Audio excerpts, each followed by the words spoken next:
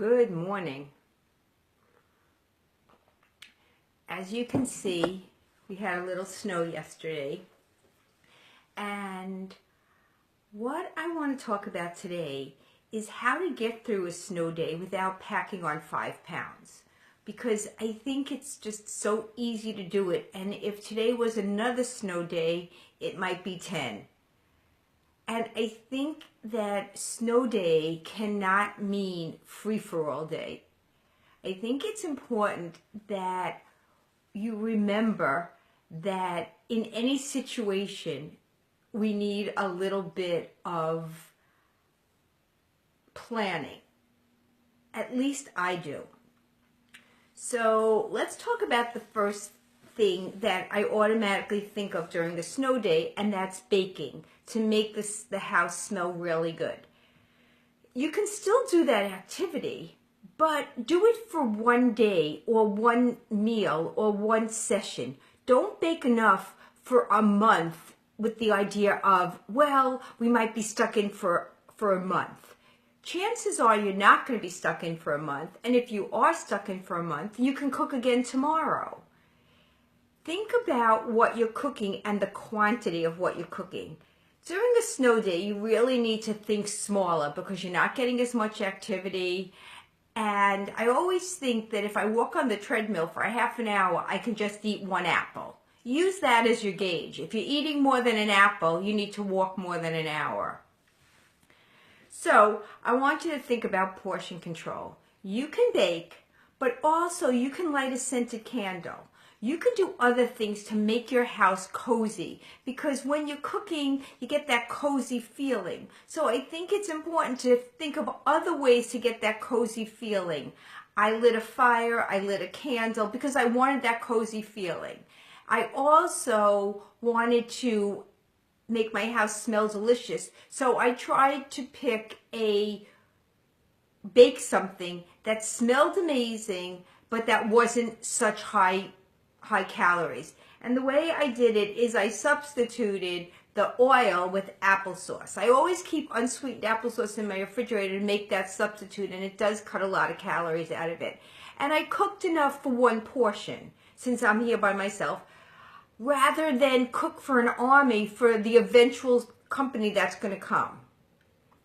The next thing is, and this is, one of the things I always talk about, is eating with dignity. If you just sit in a chair and you just shovel food in your mouth while you're watching endless hours of television, binge watching, then you're binge eating. Don't match it up. You shouldn't be binge eating and binge watching. Eat with dignity. And one of the ways to eat with dignity is take out your good dishes.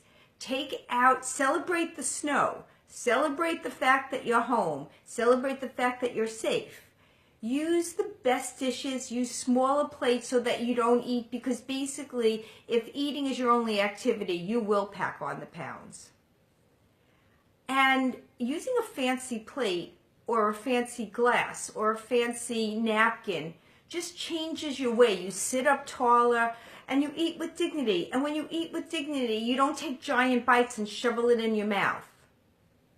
The next thing is I like to schedule an activity. Now, I'm big on art projects, so people always say to me when I see people that I haven't seen, like children of my children's ages, I always think about them, growing up, and I would always, if we had a snow day or a rain day or nothing to do, I'd be like, let's make an art project. And to this day, people still say to me, I remember when you told me we had pipe cleaners and we had to make spiders out of them. But I just think that there's other things to do besides cook and eat. So one thing is game time, old-fashioned game time.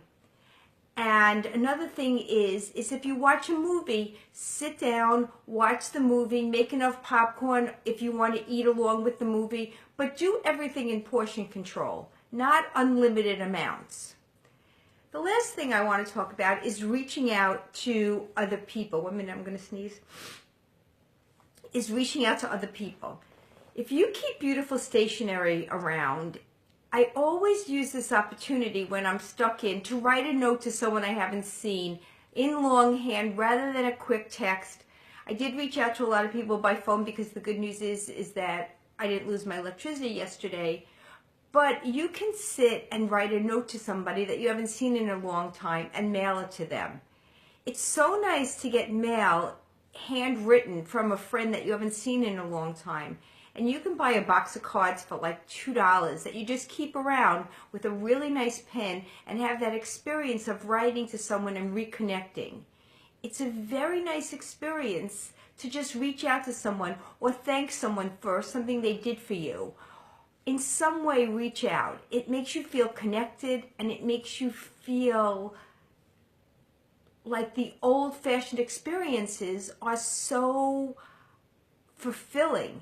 And when you're rushing around, you don't always have time to reach out and write a letter. But on a snow day, you have lots of time. So those are my tips for not getting fat on a snow day. And I mean, if you can go outside, of course, that's a good idea also. But yesterday, with the trees falling down, it wasn't a good idea to go outside. But today is a bright and sunny day, you can see behind me. And I think that in some ways, it's like when the snow comes, it's so clean and it's so fresh. And I think you can match your attitude to that freshness. And by matching your attitude to that freshness, you can do all of the things to make it a really successful, fun day for you, rather than a day where the next day you're just in regret. Oh my God, I can't believe how much I ate yesterday. But remember, if you did eat a lot yesterday, today's a new fresh day, the sun is shining, get out and take a walk if it's not too cold or it's not safe. You can walk in a mall or walk somewhere else. But remember that if you had a bad day yesterday of eating, use my tips for tomorrow and have a really good day, and I'll see you tomorrow. Bye.